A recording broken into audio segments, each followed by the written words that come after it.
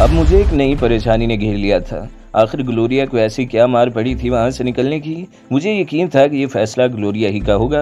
शाजिया तो जिद करके इसके साथ आई होगी, यूं भी वो अकेली वहाँ बोर ही होती। मैं परेशानी के आलम में बोलने लगा। मुझे रह रह कर ग्लोरिया पर गुस्सा आ रहा था। वो तो जख्मी भी थी, फिर इस पर ऐसी क्या आफत पड़ी थी कि बाबा साईं की महफूज पनाहगाह छोड़कर वहाँ से निकल पड़ी थी। इस सवाल का जवाब तो ग्लोरिया ही दे सकती थी। यकीनन कोई ऐसी बात होगी जिसने इसे वहाँ से निकलने पर मजबूर कर दिया होगा, मगर फौरी तौर पर मेरे लिए तो एक नई परेशानी खड़ी हो गई थी। मुझे तो यह खदशा भी था कि वो कराची पहुंचने से पहले ही दुश्मनों के हत्थे न चढ़ जाएं। इरफान और वकार दोनों बहुत गौर से मेरा जायजा ले रहे थे। फिर इरफान ने आहिस्ता से पूछा, क्या बात है कामरान साहब, आप अचानक इतने परेशान क्यों हो गए हैं? कुछ नहीं यार, मैंने बेजारी से जवाब दिया। ये परेशानियां तो मेरे दम के साथ हैं। फिर मुझे वकार का ख्याल आया, वो अभी तक फर्श पे इसी हालत में पड़ा था। मैंने इरफान से कहा कि इसके हाथ पैर खोल दो। और सुनो, मैंने वकार को मुखातिब किया, कोई चालाकी दिखाने की कोशिश मत करना, मैं ज़रा बराबर रिस्क लेने के मूड में नहीं हूँ। इरफान ने आगे बढ़कर वकार की बंदिशें खोल दी। वो थोड़ी देर तक अपनी दोनों कलाइयाँ मसलता रहा, फिर जग में से गिलास भर के पानी पिया और बोला, कामरान साहब अगर आप इजाज़त दे तो मैं कॉफ़ी बना लूँ? नहीं, मैंने सख्ती से इसे झिड़क दिया। मेरी इजाज़त के बगैर तुम इस कमरे से ही लोगे भी नहीं। वो खामोशी से सोफे पर बैठ गया। मैं एक बार फिर इस तरह के आलम में टहलने लगा। इस वक्त मैं इन दोनों की तरफ से गाफिल नहीं था। अचानक दरवाजे पर हल्की सी दस्तक हुई। मैंने बरक रफ्तारी से अपना रिवॉल्वर निकाला और पलक झपकते में दरवाजे के साथ लगकर खड़ा हो गया। दस्तक के अंदाज से मैंने पहचान लिया था कि दरवाजे पर तैमूर है, मगर इसके बावजूद एहतियात ज़रूरी थी।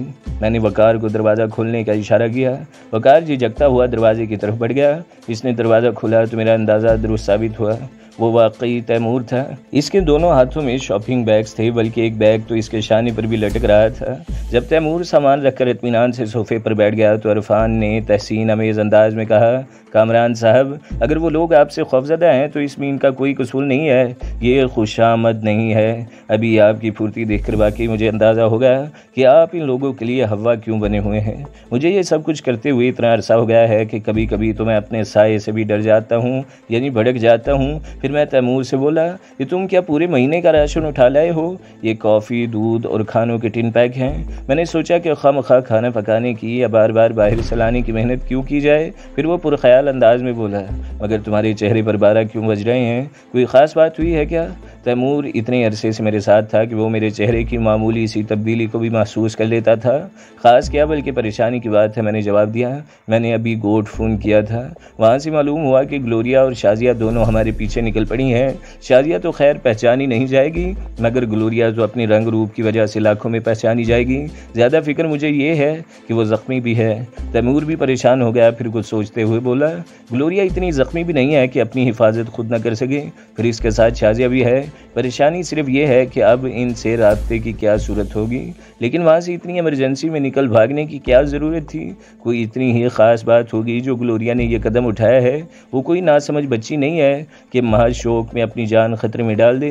तैमूर मुझे यूं समझा रहा था जैसे कोई बच्चों को बहलाता है। ये सारी बातें मैं खुद भी सोच चुका हूँ, मगर परेशानी तो अपनी जगह पर थी। मैंने खुद से कहा, खैर जो होगा देखा जाएगा। फिर मैं तैमूर से मुखातिब हुआ, इरफान के घर इतला दिया है? हाँ, तैमूर ने मुख्तसर जवाब दिया। इरफान बहुत गौर से हमारी तरफ देख रहा था। तैमूर बात जारी रखते हुए बोला, दरवाजे पर इरफान की एक बहन ही आई थी। मैंने इसे बताया कि मैं इरफान के ऑफिस से आया हूँ। तुम्हारे भाई को फौरी तौर पर लाहौर जाना था, इसलिए वो घर ना आ सके। बेचारी बहुत इसरार करती रही कि मैं एक कप चाय ही पी लूँ, मगर मैं इससे माजरत करके आ गया। फिर वो इरफान से मुखातिब हुआ, कितने खुश नसीब हो तुम कि तुम्हें इतनी मोहब्बत करने वाले बहन भाई मिले हैं। मगर ये इनकी बदनसीबी है कि अपने साथ साथ तुमने इनकी इज्जत और जान दोनों दांव पर लगा दी हैं। इसी मुल्क में लाखों अफराद ऐसे भी हैं जो मेहनत मजदूरी करके रोज़ी कमा रहे हैं, रूखी सूखी ही सही, मगर इनकी इज्जत नफ्स तो महफूज है। वो रात को पुरसुकून नींद तो सोते होंगे, मगर तुम जैसे नौजवान शॉर्टकट के चक्कर में कुछ भी नहीं देखते।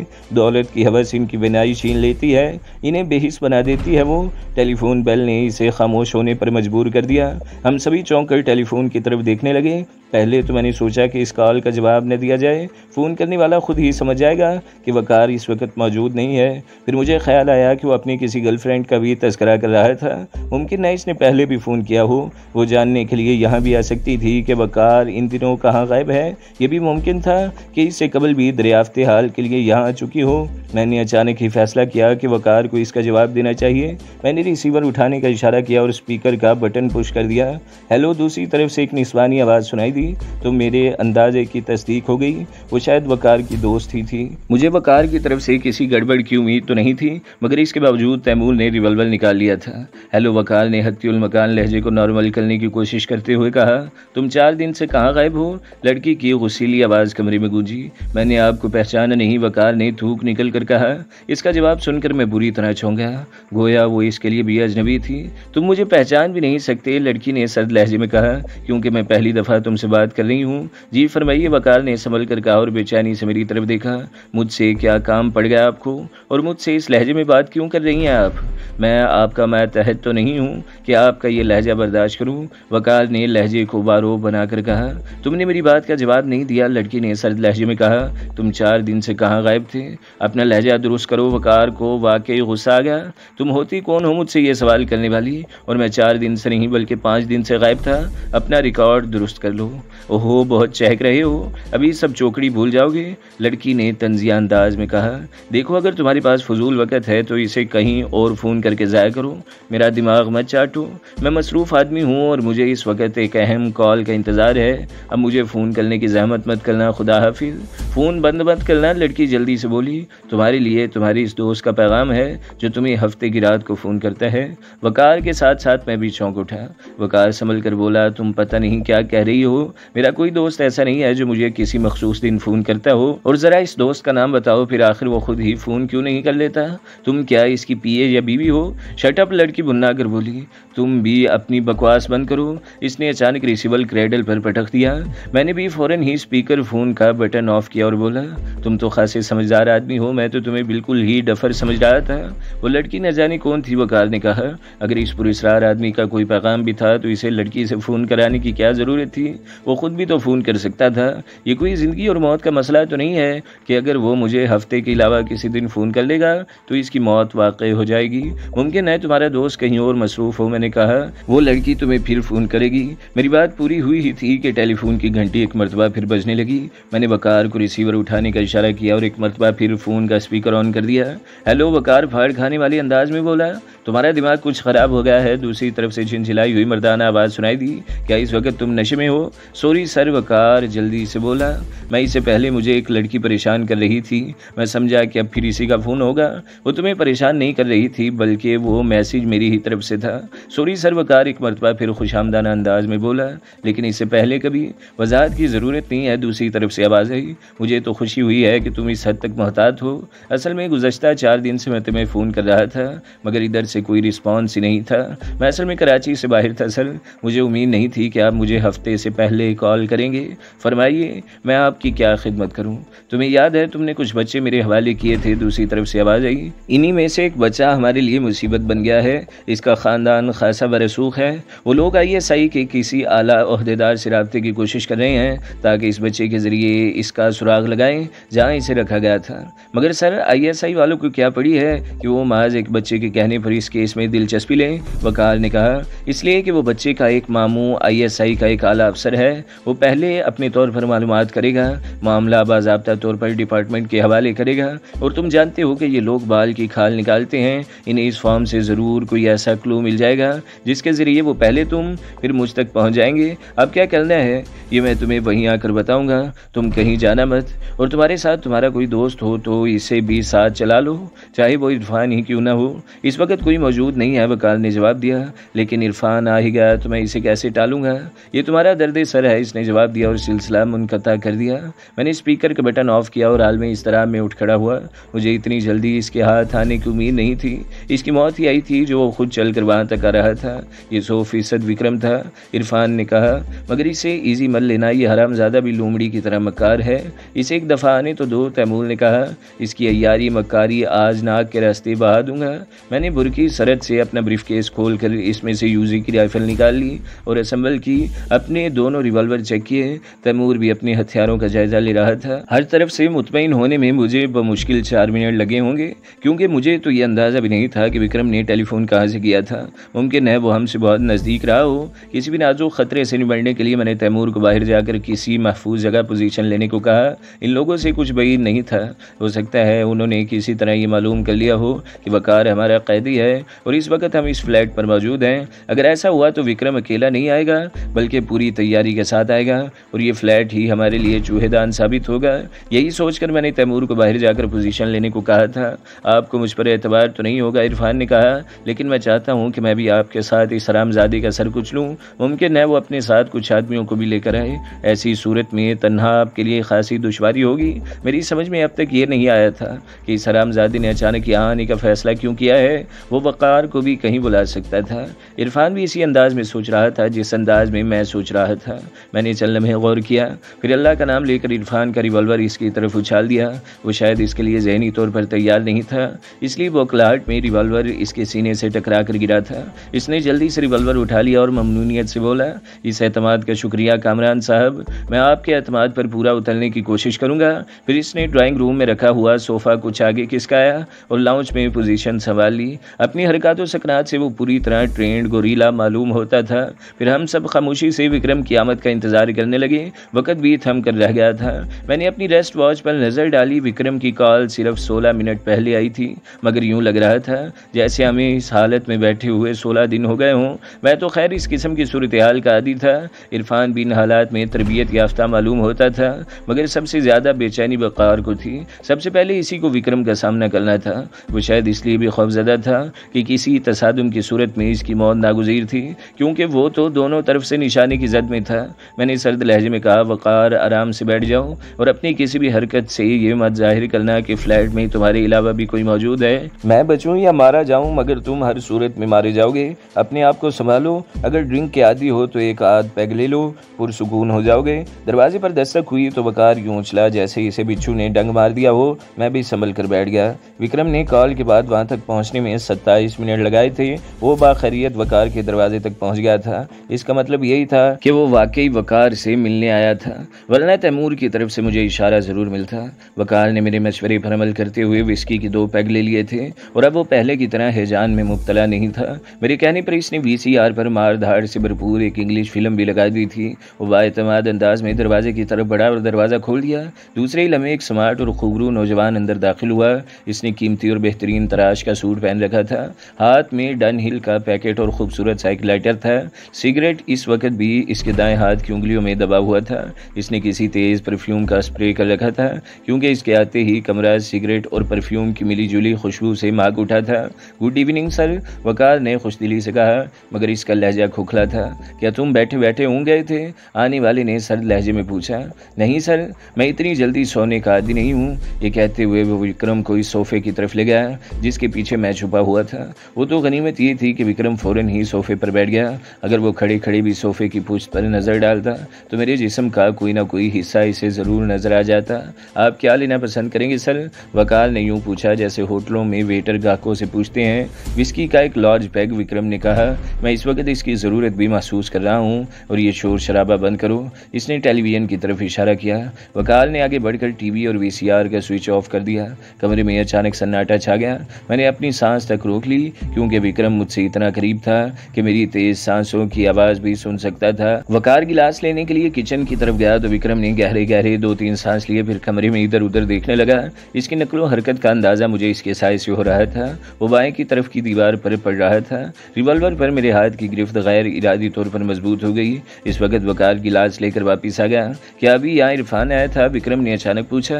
इसके जवाब पर मैं बुरी तरह चौंक उठा। आपको कैसे मालूम हुआ सर? वकार ने पूछा। मैं तुम्हारी तरह बैठे बैठे ऊँघता नहीं हूँ, बल्कि हर तरफ से मुहतात रहता हूँ। यहाँ इसकी मखसूस परफ्यूम की बू मौजूद है जो इरफान इस्तेमाल करता है। इसे बड़ी मुश्किल से रवाना किया है सर, वकार ने जवाब दिया। मैं इसकी हाजिर दिमागी पर खुश हो गया। वो अगर इरफान की आमद से इनकार करता तो विक्रम खामखा के शुबहात में मुब्तला हो जाता। इस बात की क्या ज़मानत है कि वो यहाँ से चला भी गया है? विक्रम ने मुश्तबा लहजे में कहा।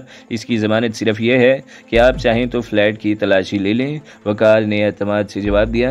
वो जानता था कि किसी भी गड़बड़ की सूरत में मामले को संभालने के लिए लिए मैं मौजूद हूँ। चलो मैं तुम्हारी बात पर एतबार किए लेता हूँ। विक्रम ने कहा। बैठ जाओ, खड़े क्यों हो? वकार इसके दाएं तरफ वाले सोफे पर बैठ गया। हाँ बताइए, ऐसी क्या इमरजेंसी आन पड़ी? क्या आपने खुद यहाँ आने की जहमत की? वकार ने पूछा। इस बच्चे अली ने हमारे लिए मुसीबत खड़ी कर दी है, विक्रम ने कहा।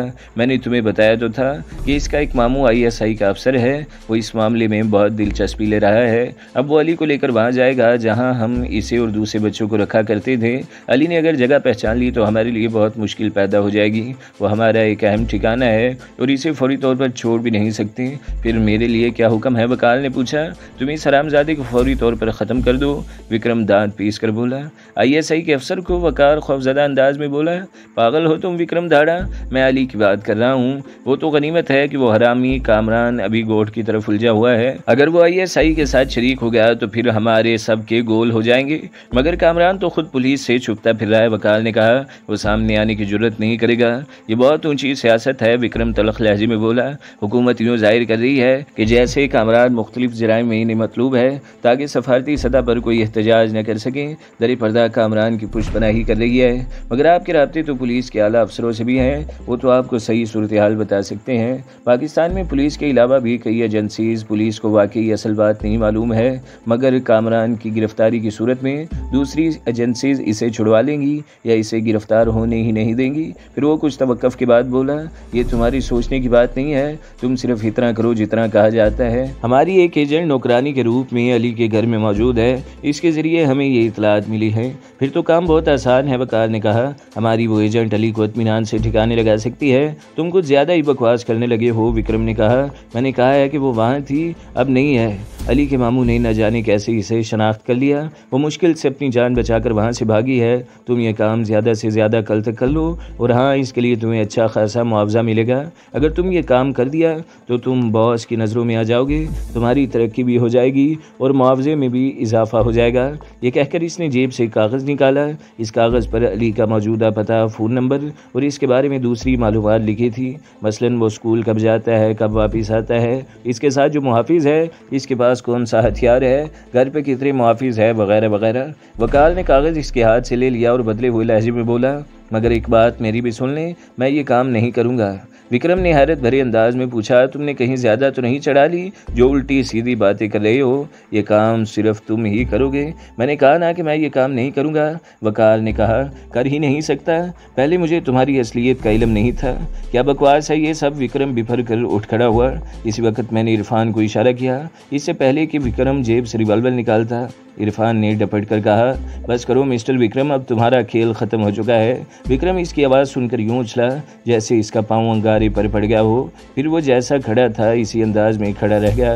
इरफान कमरे में दाखिल हुआ तो इसके हाथ में रिवॉल्वर था। ओहो, ये तुम हो? विक्रम ने ज़बरदस्ती हंसने की कोशिश की, मगर इसके लहजे का खोखलापन छुपा न रह सका। हाँ, ये मैं हूँ, इरफान ने तंजिया लहजे में कहा।